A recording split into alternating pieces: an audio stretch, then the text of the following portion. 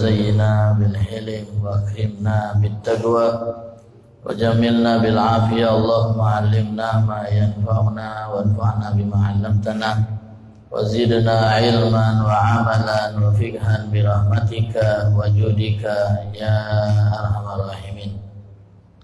Ma'asyiral hadirin yang dirahmati oleh Allah, alhamdulillah puji dan syukur kita panjatkan kehadiran Allah atas limpah nikmat yang Allah Ta'ala karuniakan kepada kita, nikmat iman dan Islam, nikmat taufik dan hidayat, nikmat sehat dan afiat, serta nikmat kesempatan, sehingga dengan nikmat-nikmat ini kita bisa sama-sama berada di dalam masjid yang insya Allah diberkahi oleh Allah untuk melaksanakan salat subuh berjamaah. Mudah-mudahan amal salat subuh kita diterima oleh Allah Ta'ala, amin ya rabbal alamin. Salawat dan salam semoga senantiasa tercurahkan kepada junjungan kita Nabi besar Muhammad sallallahu alaihi wasallam serta keluarga, sahabat dan pengikut setia beliau sampai akhir zaman. Mudah-mudahan kita semua kelak akan mendapatkan syafaat dari Rasulullah sallallahu alaihi wasallam pada hari kiamat nanti, amin ya rabbal alamin. Ma'asyiral hadirin yang dirahmati oleh Allah, melanjutkan pembacaan tafsir dari suratul insan. Alhamdulillah sampai pada firman Allah Subhanahu wa taala, a'udzubillahi minasyaitonir rajim. Bismillahirrahmanirrahim. Inna a'tadna lil kafirina salasila wa aghlala wa sa'ira. Innal abrara yashrabuna min ka'sin kana mizajuha kafura. Aina yashrabu biha ibadullahi yufajjirunaha tafjira. Yufuna bin nadri wa yakhafuna yawman kana syarruhu mustatira. Di dalam ayat ini Allah Ta'ala menjelaskan tentang apa yang dipersiapkan oleh Allah Subhanahu wa Ta'ala bagi orang-orang yang kafir. Karena dalam ayat sebelumnya Allah Ta'ala menjelaskan inna hadainahus sabila imma syakiran wa imma kafura. Kami telah menjelaskan, kami telah memberitahu, kata Allah, jalan untuk menuju surga, jalan untuk menuju Allah Subhanahu wa Ta'ala. Sudah kami jelaskan dengan sejelas-jelasnya, sudah kami beritahu dengan sesempurna mungkin. Setelah itu Allah Ta'ala bebaskan manusia untuk memilih apakah dia ingin mengikuti petunjuk Allah dengan memilih jalan yang benar, yang dengan cara itu dia akan dimasukkan dalam kategori orang yang bersyukur, orang mukmin yang mensyukuri nikmat Allah, atau dia malah ingin menjadi orang kafir. Allah Ta'ala berikan kebebasan, terserah, setelah itu pilihlah inti. Nah kemudian setelah Allah menjelaskan manusia itu nanti akan memilih jalannya masing-masing. Ada yang memilih untuk menjadi orang beriman, ada yang memilih untuk menjadi orang kafir. Allah Ta'ala pun menjelaskan apa yang bakal ia siapkan kepada orang-orang yang memilih untuk menjadi orang-orang yang kafir kepada Allah, tidak mau mengikuti petunjuk Allah Subhanahu wa Ta'ala. Dalam ayat ini Allah nyatakan inna a'tadna, sesungguhnya kami telah mempersiapkan bagi orang-orang kafir salasil, jam'u silsilah. Salasil itu adalah rantai yang akan mengikat kaki dan tangan orang-orang kafir yang nanti mereka akan diazab oleh Allah di dalam neraka. Kalau di dalam ayat lain Allah Ta'ala nyatakan fi silsilatin dar'uha sab'una dhira'an faslukuh. Mereka ini nanti akan diikat dengan rantai yang dar'uha, lebarnya rantai itu saja seukuran sab'una dhira'an, 70 ziro. Kalau 1 ziro itu saja kita katakan setengah meter, berarti 70 ziro itu kira-kira berapa? 35 meter. Itu lebarnya, belum panjangnya. Itu akan digunakan untuk mengikat kaki dan tangan. Setelah itu mereka ketika akan dimasukkan ke dalam neraka jahanam, itu tidak didorong maju ke depan sampai jatuh ke jurang, ditarik. Mereka ditarik dengan cara rantai itu ditarik oleh malaikat, kemudian wajah mereka tersungkur ke atas permukaan tanah di sana, diseret, kemudian baru dilempar ke dalam neraka jahanam. Nasallahu salama wal afiyah. Wa aghlalan, dan mereka pun dalam keadaan dibelenggu. Jadi tangan mereka dirantai dengan posisi diletakkan di atas tungkuknya, di atas bahu belakang ini. Jadi posisi kaki dirantai terikat, tangan terikat, dan dibiarkan tangan ini ada di atas tungkuknya. Bayangkan mana mereka itu bisa bergerak ketika mereka itu disiksa oleh Allah dengan cara yang seperti itu. Kata ulama, kalau seandainya mereka itu dilempar ke neraka, mereka itu dalam keadaan lepas, tak diikat, itu sudah azab syadid, itu azab yang sangat luar biasa pedih. Kalau mereka itu dilempar ke neraka, mereka itu dalam keadaan tangan tak terikat, kaki tak terikat, dibuang ke neraka, itu sudah azab yang sangat menyiksa. Bagaimana kalau seandainya mereka itu dilempar ke neraka dalam keadaan kaki diikat dengan rantai yang begitu sangat berat, tangan juga diikat dan diletakkan di punggung mereka dengan rantai yang juga begitu berat. Setelah itu dimasukkan ke neraka lagi, dibakar di dalamnya. Wasa'ira, yang Allah siapkan adalah sa'ir. Sa'ir itu api neraka yang tusa'ar, yang membara apinya itu. Api itu kalau tak kati yang dibakar, dia padam. Dia itu bisa nurut kalau ada yang dibakar. Kita bakar kertas, terbakar dia. Tapi kalau kertas itu seluruhnya terbakar dan tak gatik lagi yang bisa dibakar oleh api, pidam dia. Jadi untuk bisa agar api ini menyala dan terus membara, ya butuh bahan bakar. Dan bahan bakarnya ya mereka lah itu, yang ada di dalamnya itu. Manusia itulah yang jadikan baru api neraka, sehingga buat api neraka itu tak padam-padam. Dan manusia yang ada di dalam api neraka itu bukan dia dilempar kemudian dia hangus terbakar menjadi debu selesai, tak. Dibakar selama-lamanya di dalam itu. Kullama nadija juluduhum baddalnahum juludan ghairaha. Setiap kali kulit mereka itu matang dan terbakar hangus, baddalna juludan ghairaha, kami ganti dengan kulit yang baru lagi. Terus seperti itu sampai batas waktu yang Allah hendaki. Kalau dia mukmin, kalau dia muslim al-asi yang pernah bermaksiat, kalau dia kafir seperti yang disebut oleh ayat ini, selama-lamanya tanpa bisa keluar dari dalam api neraka. Nasallahu salama wal afiyah. Mudah-mudahan Allah Ta'ala selamatkan kita dari api nerakanya. Amin ya rabbal alamin. Sehingga penghuni neraka pun pernah meminta kepada malaikat Malik agar kiranya Allah tu mematikan mereka di dalamnya, supaya selesai penderitaan itu. Dulu mereka ketika di dunia tidak berharap mati, pengen panjang umur supaya bisa menikmati hidup di dunia yang menyenangkan, yang kesenangannya itu sesaat. Tapi setelah mereka tahu akibat dari apa yang mereka buat dan menerima hukuman yang berat berupa neraka, mereka minta agar dimatikan di sana biar selesai penderitaan itu. Dan hal ini Allah abadikan dalam Al-Quran. Mereka menyatakan, ya Malik liyaqdi alaina rabbuk, wahai Malik, cobalah Tuhanmu itu matikan kami biarnya. Dan kita tahu deh, malaikat Malik itu malaikat yang seram, dah ganti senyum-senyumnya. Jadi mereka memberanikan diri untuk ngomong sama Malik itu, karena Allah tak tahan lagi dengan perintah. Memberanikan diri melobi malaikat Malik supaya jadi penghubung antara mereka dengan Allah. Matikan baik kami ini, biar selesai ini azab. Malaikat Malik dia menjawab, dah ditanggap ini. Setelah 1000 tahun baru dijawab. Setelah 1000 tahun pertanyaan itu dijawab oleh malaikat Malik, innakum makithun, kamu tuh bakal selamanya juga itu. Itu setelah 1000 tahun bukan langsung dijawab oleh Malik, kamu bakal lama juga itu selama-lamanya. Tidak. Mereka nunggu jawaban. 1000 tahun baru dapat.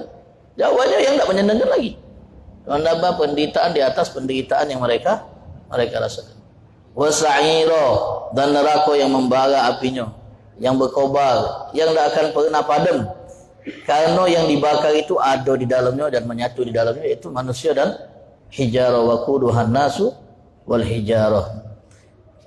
Kemudian ma'asyiral hadirin, setelah Allah Subhanahu wa taala menyebutkan apa yang akan didapatkan oleh penghuni neraka, apa yang akan dirasakan oleh orang-orang kafir, apa yang sudah disiapkan oleh Allah untuk mereka, pada ayat berikutnya Allah Ta'ala menyebutkan tentang sifat penghuni surga.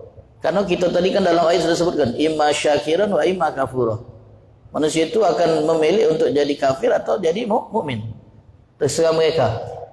Allah ancam bagi orang-orang yang memilih jalan kafir, ini ancamannya. Bagi orang yang memilih untuk menjadi orang yang beriman, bersyukur atas nikmat, nah ini yang akan Allah siapkan bagi mereka. Innal abrara yashrabuna min ka'sin kana mizajuha kafura. Innal abrar. Al-abrar itu jamak dari kata al-barru. Dan al-bar itu maknanya kathiru ta'at, orang yang banyak taatnya. Kita sering dengar kalimat innal abrara lafi na'im, innal abrara, dan seterusnya banyak kalimat abrar. Nah, apa makna abrar di sini? Abrar itu maknanya adalah kathirul ta'at, orang yang banyak taatnya. Banyak taatnya. Kemudian kathirul khair, banyak juga kebaikannya. Jadi kalau kita tengok dari definisi ini, kathirut ta'at, ini hablun minallah. Interaksi dia dengan Allah, banyak taatnya dia. Wa kathirul khair, banyak kebaikannya, ini hablun minan nas. Jadi untuk bisa dapat predikat abrar ini, kita harus menyeimbangkan antara tadi.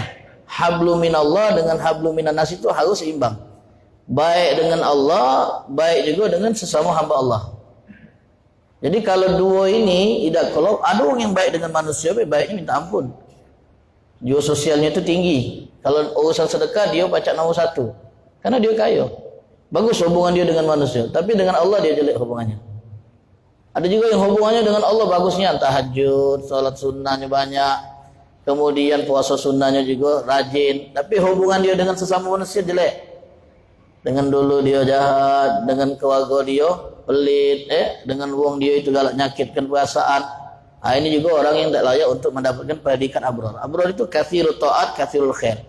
Baik sama Allah, banyak taatnya, dan baik juga dengan sesama hamba Allah. Itu makna abrar. Jadi, makanya kalau kita lihat kalimat al-bar yang merupakan kata tunggal dari abrar, itu adalah salah satu nama Allah. Al-bar, ya barru, nama Allah kan? Ya barru. Innahu huwal barur rahim, dalam ayat. Sungguhnya Allah itu bar, ar-rahim, yang maha pengasih. Apa makna bar kalau untuk nama Allah? Kathirul khair. Kebaikan Allah itu tidak putus, kita rasakan. Kebaikan Allah itu tidak putus. Apa yang bukan menjadi bagian dari nikmat Allah yang kita rasakan sampai saat ini? Innahu huwal barur rahim. Baik terus Allah, baik terus kita, baik terus kita. Makanya dalam ungkapan itu ada seorang ulama yang mengatakan yatahabbabu ilaina bin ni'am. Dia memancing agar kita mencintainya dengan terus memberikan nikmat. Kita ni kalau dibaiki wong terus-terus kan pasti kita akan jatuh hati. Alangkah baik wong ini. Cinta kita sama dia, respect kita sama dia. Jadi Allah Ta'ala terus beri kita kebaikan demi kebaikan, demi kebaikan, demi kebaikan tiap hari tanpa putus, supaya kita ni jatuh cinta sama dia. Terus. Padahal Allah tak butuh dengan kita. Tapi dia terus curahkan nikmat supaya kita cinta kepadanya, padahal Allah tak butuh dengan kita. Tapi sebaliknya kita membuat dia murka dengan maksiat-maksiat kita, padahal kita butuh sama Allah. Dia tak butuh sama kita, bagi nikmat supaya kita cinta. Kita yang butuh sama Allah, malah membuat Allah murka dengan maksiat-maksiat yang kita lakukan. Innal abrara yashrabuna min ka'sin. Sesungguhnya orang-orang abrar, orang yang banyak taatnya dan banyak kebaikannya, yashrabuna min ka'sin. Kelak nanti di hari kiamat, di surga mereka akan minum min ka'sin, dari wadah. Dalam bahasa Arab itu kalimat ka'as itu wadah. Tapi wadah itu tidak akan disebut dengan ka'as kalau kata isinya. Jadi harus ada isinya, baru disebut ka'as. Atau itu ka'asan. Aku berikan kepadamu wadah, pasti sudah ada isinya. Pasti sudah ada isinya. Baru wadah itu bisa disebut kas. Kalau tak kata isi, ya bisa disebut ina, wi'a, kemudian qadah. Kalau ada isi, pasti disebut ka'san. Dan ada ulama yang nambahkan, wadah itu tidak bisa disebut ka'san kecuali ada isinya, dan isinya itu harus khamar. Isinya itu harus khamar. Kalau wadah itu berisi, tapi isinya itu bukan khamar, susu misalnya, atau air putih, maka orang Arab dan nyebutnya dengan istilah ka'san. Berarti kalau memang demikian, kalimat min ka'sin berarti artinya khamar. Mereka nanti di surga akan minum khamr. Loh, kok khamr dulu disebut? Karena mizajuha kafura. Yang campurannya itu, khamr tadi diberi campuran, mizajuha kafura. Campurannya itu kafur. Jangan kita pahami kafur dengan istilah gitu. Itu rusak cita rasa. Kafur ini min anwa'il itir. Termasuk jenis minyak wangi yang ghaliyah, yang mahal. Dicampur ke dalam khamr untuk menambah cita rasa itu biar enak. Allah tuh kalau menceritakan tentang nikmat surga, tujuannya tahu? Yushawiquna. Untuk membuat kita ini bertambah semangat untuk kerja. Bertambah tergila-gila untuk ngeraihnya. Maka disebut nikmat-nikmat surga. Oh, mak itu ketika surga, semangat kita ngerjanya. Nyari cara, mak mana kiki untuk bisa masuk ke sana tuh. Jadi bagian kalau kita tunjuk tahu anak main pergi ke sini, oh tempatnya ajibnya, disebutkan kita kan. Ini yang pengen juga. Mak mana nak ke sana tuh? Ongkosnya berapa? Biayanya berapa? Nanya kan? Pengen ke sana juga. Ada kemampuan berangkat. Disebut surga dan nikmat-nikmat yang ada untuk jadi motivasi kita supaya semangat, agar kita rindu dan ngejar untuk bisa sampai ke sana. Nah, tapi ngapa di ayat ini Homer dulu disebut? Padahal insya Allah kita tak pernah ngasuh dan tak tahu mana ngasuh Homer itu. Jadi perlu diketahui ayat ini turun di tengah-tengah bangsa Arab. Jadi mereka dulu yang istilahnya diajak ngomong melalui ayat ini. Dan bangsa Arab itu kita tahu betapa mereka itu sangat menggandrungi Homer. Itu minuman favorit sudah. Jak kita pempek lah makanan favorit. Yang ada terus. Dalam setiap momen itu Homer itu pasti ada ready. Minuman nian tak pacak ditinggal. Digemarian, makanya pengharaman Homer itu kan bertahap, tidak langsung jangan minum Homer, haram, dah bertahap. Sampai 4 tahapan.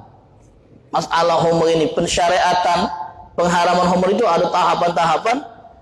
Jadi setelah mereka itu sudah terbiasa dikit-dikit ninggalkan, baru diharamkan nian. Saking beratnya orang Arab itu untuk ninggalkan minum-minuman keras. Dan bahkan ada yang belum bisa lepas dari itu. Masih akhirnya kena hukum cambuk 40 kali. Karena susah melepaskan ketergantungan dengan Homer ini. Nah jadi karena mereka terbiasa dengan Homer, disebut dulu tentang Homer. Homernya ini bukan seperti minuman yang kalian biasa minum. Kalau minum Homer kalian bau, muat pening, muat puyeng, muat mabok. Kalau Homer surga harum, tidak muat pening, tidak muat mabok, oh tambah seger orang yang meminumnya. Disebut oleh Allah Ta'ala. Jadi untuk mengetahui makna orang Arab itu saking hobinya minum Homer itu, ada seorang namanya Aisyah. Tinggalnya kalau sekarang ini di daerah Riyadh. Anak lupa nama daerahnya waktu itu ketika zaman ini. Jadi dia ini penyair jahiliyah, penyair ulung di zaman jahiliyah sebelum Islam datang dia sudah jadi penyair. Dia hobi memuji-muji para penguasa biar dapat imbalan. Ya? Syair itu kalau di zaman dulu ibarat media zaman sekarang. Ibarat media zaman sekarang. Kalau nak terkenal, puji pergi syair ini terbang lewat. Artinya nyampe dari mulut ke mulut sehingga orang yang dipuji ini terkenal gara-gara pujian penyair tadi. Aisyah ini penyair luar biasa. Dia nyair memuji-muji penguasa untuk dapat imbalan dari pujiannya tadi. Dengar tentang Nabi Muhammad di Madinah. Kagum dia tentang sosok Nabi Muhammad. Pengen ketemu, pengen muji Nabi Muhammad langsung di depan orangnya dan pengen masuk Islam kalau memang dia berminat. Aisyah ini. Pergilah dia. Lewat Mekah jalurnya tu. Orang Mekah yang tahu tujuan Aisyah ini pengen ketemu Nabi Muhammad dan mengucapkan syair pujian langsung di depan Nabi Muhammad. Khawatir bakal masuk Islam dia ni. Akhirnya Aisyah ini apa istilahnya diperdaya supaya tak jadi ke Madinah dan muji Nabi Muhammad SAW oleh tokoh-tokoh Quraisy yang ada di Mekah. Bagai, mau ke mana kau? Ke Madinah. Tujuan apa? Muji Muhammad SAW.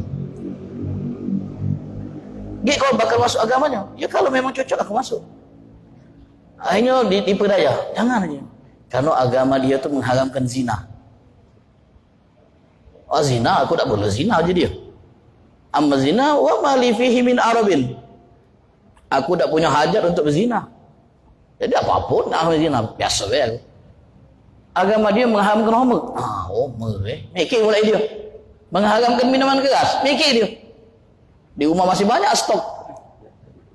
Kata dia, kalau mak itu agak dulu lah. Balik dulu ke rumah, ngabis stok, baru balik lagi. Tangkinnya tadi. Kenal dia. Kalau memang bakal mengharamkan homer, aku ke Madinah, masuk Islam, balik dah macam minum lagi je dia. Stok masih ada, sayang. Jadi aku balik dulu ngabis ke yang ada di rumah.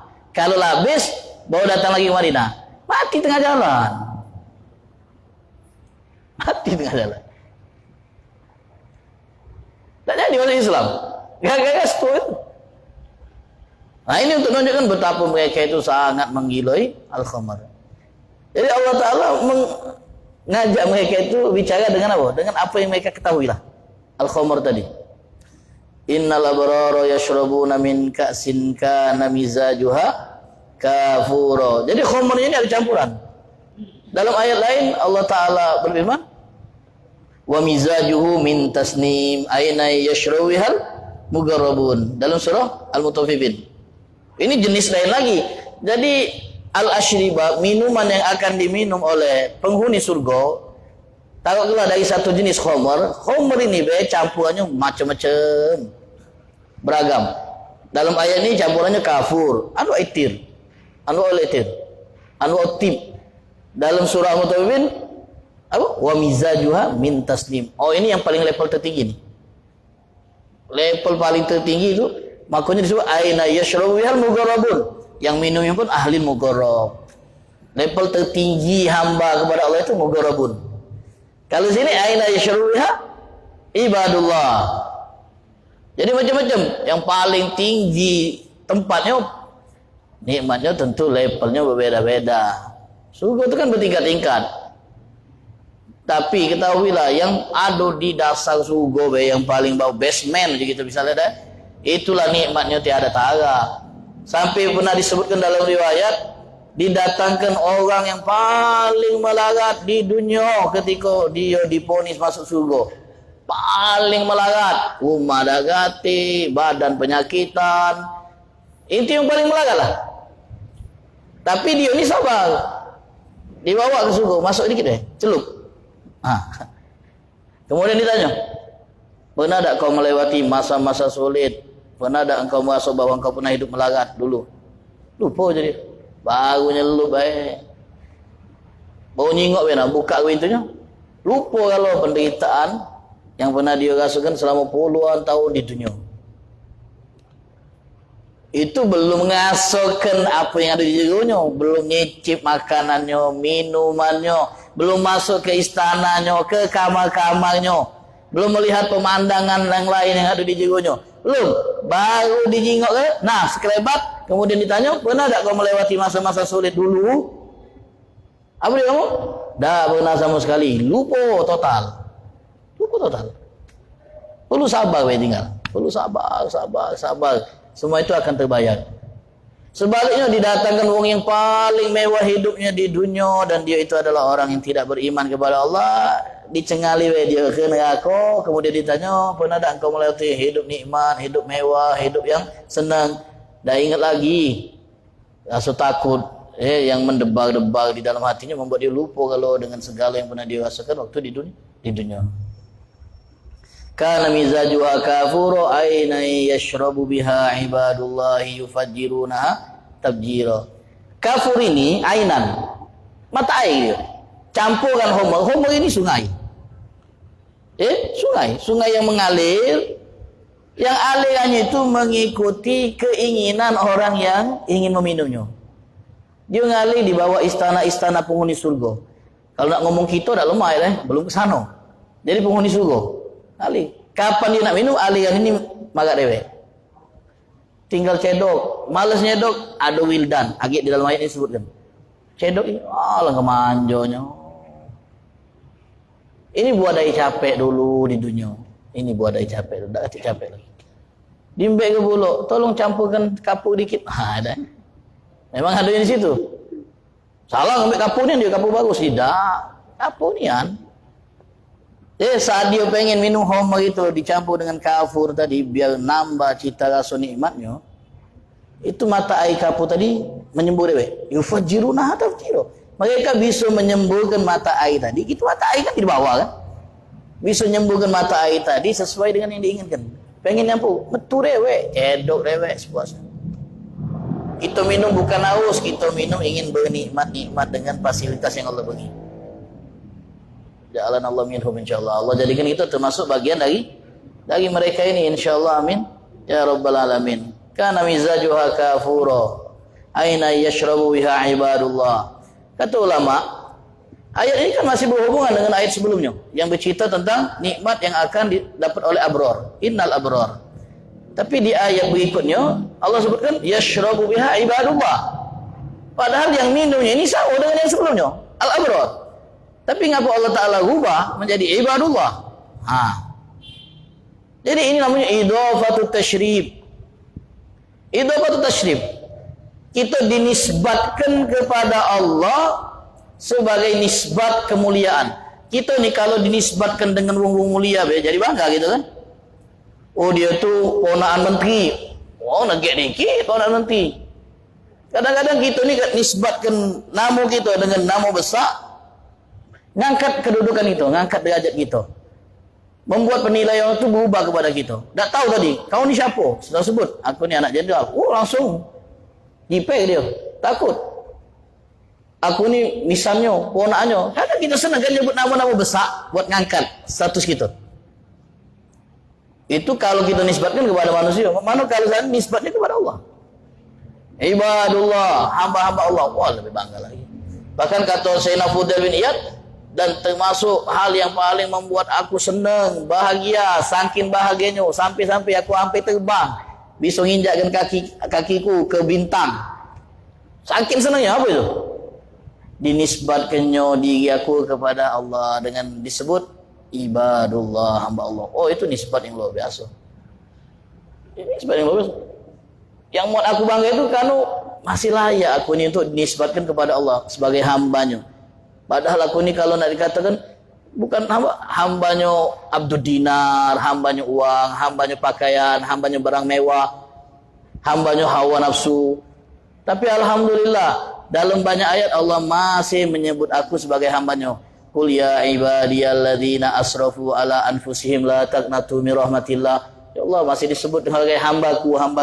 Oh itu yang buat aku bangga nih, buat aku senang nih. Sampai saking senangnya pacak terbang sampai ke bintang sana. Dan nginjakkan kaki itu langsung ke atasnya. Ini bangga gitu. Aina yashrabu biha ibadullahi yufajjirunaha tabjira yufuna bin nadri wa yakhafuna yawman kana syarruhu mustatira. Jadi masyaallah hadirin, dalam surah Al-Insan ini banyak sekali nikmat-nikmat surga yang Allah sebut. Yang tadi kita baca baru sebagian kecil itu. Yaitu dari jenis apa yang bakal kita minum. Belum disebut tentang istananya, pakaiannya. Belum disebut tentang kebunnya, pohon-pohonnya, wildannya. Memang di dalam surat ini tidak disebut tentang bidadarinya. Tapi di dalam ayat lain banyak. Tidak disebut. Masih banyak sifat-sifat surga, nikmat yang akan didapat oleh abror yang Allah sebutkan dalam ayat ini. Tapi terpotong. Kenapa dipotong? Sebab ayat yang akan kita baca ini tidak sedang menceritakan nikmat penghuni surga. Sebab setelah untuk diceritakan tentang nikmat-nikmat surga dan apa yang ada di dalamnya, mereka tu bertanya-tanya, siapalah yang bakal menghuni surga tu? Al-abror tu sifatnya apa? Siapa yang bisa disebut abror? Siapa yang bisa layak untuk menyandang ibadullah? Bertanya-tanya mereka. Cak mana caranya supaya aku ini bisa menjadi abror? Tadi kita sudah sebut, kathirut ta'at, banyak taat. Apa taatnya itu kalau dirinci? Maka Allah Ta'ala menyebutkan dalam ayat berikutnya ini kiat-kiat supaya kita ini bisa layak menyandang predikat al-abror. Apa kata Allah? Yufuna bin nadri wa yakhafuna yawman kana syarruhu mustatira. Mereka itu adalah orang-orang yang menepati nazarnya. Nazar itu adalah sesuatu yang diwajibkan oleh seorang hamba kepada dirinya yang Allah tidak mewajibkan hal itu. Dia dewa yang mewajibkannya. Allah tidak mewajibkan, tapi dia wajibkan perkara itu untuk dirinya sendiri. Jadi kata ulama, kalau mereka mewajibkan sesuatu yang tidak Allah wajibkan kepada dirinya, dan mereka menepati nazar itu, makna dengan apa yang Allah wajibkan, dengan yang Allah wajibkan mereka laksanakan, mereka tepati. Apalagi dengan yang Allah wajibkan, pasti lebih perhatian.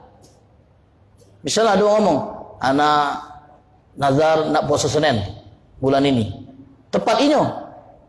Padahal tak wajib puasa Senin, dia yang mewajibkan puasa Senin, kemudian dia tepati, pahalanya pahala wajib. Kalau puasa Senin yang diwajibkan untuk dirinya dia kerjakan, apalagi puasa Ramadan. Anak hari ini nazar nak solat duha, kerjakan. Kalau solat duha yang tak wajib dia kerjakan, dia wajibkan untuk dirinya, apalagi yang benar-benar wajib, pasti lebih perhatian lagi. Jadi mereka itu untuk perkara sunnah baik, mereka perhatian, apalagi perkara wajib. Jadi perhatiannya dengan yang wajib kuat, dengan yang sunnah juga kuat. Inilah yang disebut katsirut taat, banyak taat tadi. Kemudian ayat berikutnya potongannya wa yakhafuna yawman kana syarruhu mustatira. Insyaallah akan kita bahas pada pertemuan berikutnya. Wallahu a'lam bissawab. Bismillahirrahmanirrahim. Bismillahirrahmanirrahim. Alhamdulillahirabbil alamin. Wa ala alihi sayyidina Muhammad wa ala alihi wa sahbihi